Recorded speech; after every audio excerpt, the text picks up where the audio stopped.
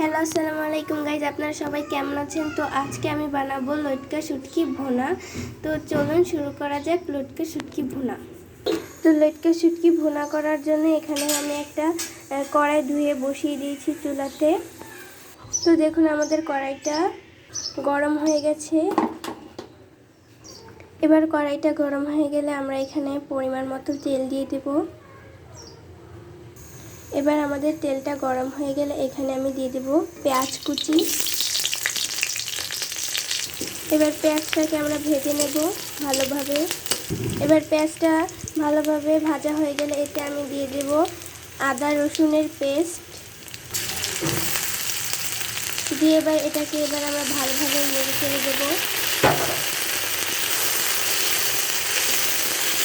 এবার আমরা এখানে দিয়ে দেব লটকা শুটকি। এবার এগুলোকে আমরা ভালোভাবে নেড়ে চেড়ে নেব।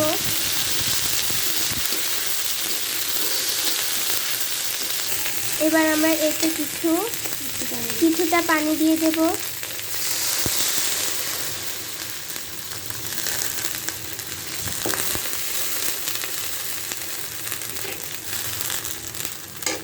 হালকা পানি দেওয়া হয়ে গেলে এবার আমরা এতে ধনে গুঁড়ো দিয়ে দেব, হলুদ গুঁড়ো দিয়ে দেব।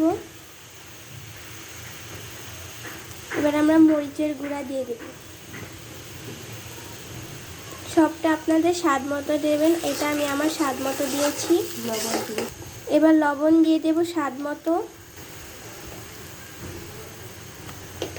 এবার আমরা জিরে ফাঁকি দিয়ে দেব।